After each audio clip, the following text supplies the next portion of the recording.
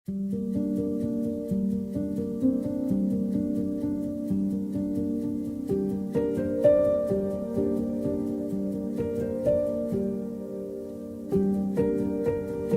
teman-teman, kali ini kita ada di Stasiun Kroya nih. Wow, bagus banget kan?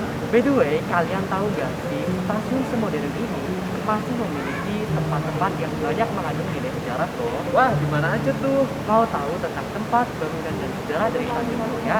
Yuk langsung kita cari tahu narasumbernya. Sekilas tentang sejarah perkeretaapian di Indonesia, 8 April 1875, pemerintah Hindia Belanda membangun jalur kereta api negara melalui Stadspoor Region. Ketika pemerintah Hindia Belanda menyerah tanpa syarat kepada Jepang, kepemilikan yang awalnya dipegang oleh Stadspoor Region diambil alih oleh Jepang, lalu berganti nama menjadi Rikuyu Shokyuku. Setelah Indonesia memproklamasikan kemerdekaan, dilakukan pengambil alihan stasiun dan kantor pusat kereta api di Bandung pada 28 September 1945, sekaligus menandai berdirinya Jawatan Kereta Api Republik Indonesia (DKARI) yang hingga saat ini diperingati sebagai Hari Kereta Api Indonesia. Ketika Belanda kembali ke Indonesia tahun 1946, Belanda membentuk kembali perkeretaapian di Indonesia bernama Stadspoor Region atau Verenigd Spoorwegbedrijf. Berdasarkan perjanjian damai konferensi Meja Bundar KMB Desember pada 1949, dilaksanakan pengambil alihan aset-aset milik pemerintah Hindia Belanda.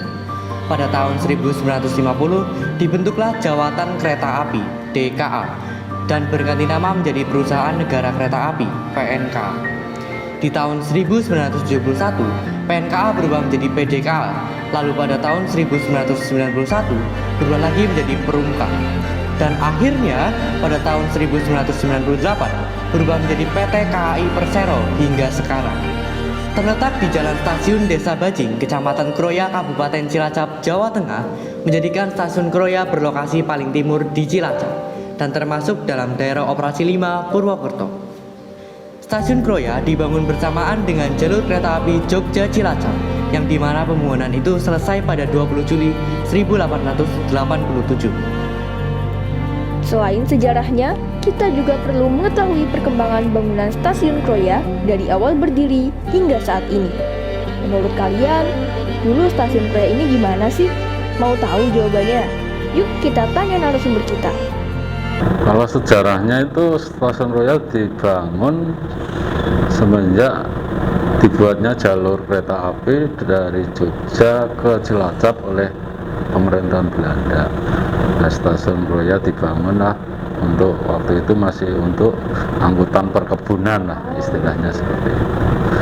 Nah, setelah tahun 1916 kurang lebih ditambahlah jalur dari Kroya ke Cirebon dan mulai untuk angkutan penumpang. Beberapa foto ini menggambarkan keadaan bangunan Stasiun Kroya dari masa ke masa. Saat ini, Stasiun Kroya mempunyai 9 jalur kereta api dengan emplasemen stasiun sepanjang 600 meter. Atap overcapping yang memayungi jalur 1-3 stasiun ini telah diganti dengan yang baru dan berukuran lebih besar, menaungi jalur 1-6. Peron stasiun juga telah diperpanjang dan ditinggikan sehingga dapat memuat rangkaian kereta api. Namun, apakah pada pembangunannya memiliki kesamaan dalam desain yang autentik dipertahankan dari dahulu hingga saat ini? Karena emang hampir semua stasiun, khususnya stasiun besar itu untuk heritage tetap dijaga. Misalkan ada perubahan pun paling ada penambahan atau perubahan di overcapping atau yang luar gedung. Kalau gedung intinya tetap kita pertahankan.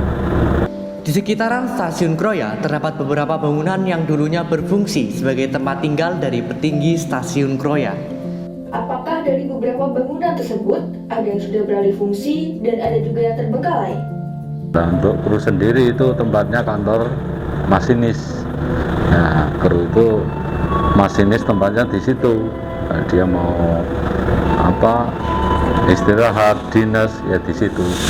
Nah, setelah dinas baru lapor ke stasiun kan seperti itu.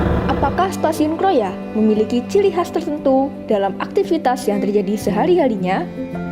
Stasiun Kroya memiliki satu ciri khas yang dimana kedatangan kereta api disambut dengan lagu di tepinya Sungai Serayu. Hal ini berlaku juga di stasiun yang termasuk dalam daerah operasi 5 Purwokerto. Kalau lagu daerah pasti ya kita pakai lagu di tepinya Sungai Serayu untuk setiap kedatangan KA.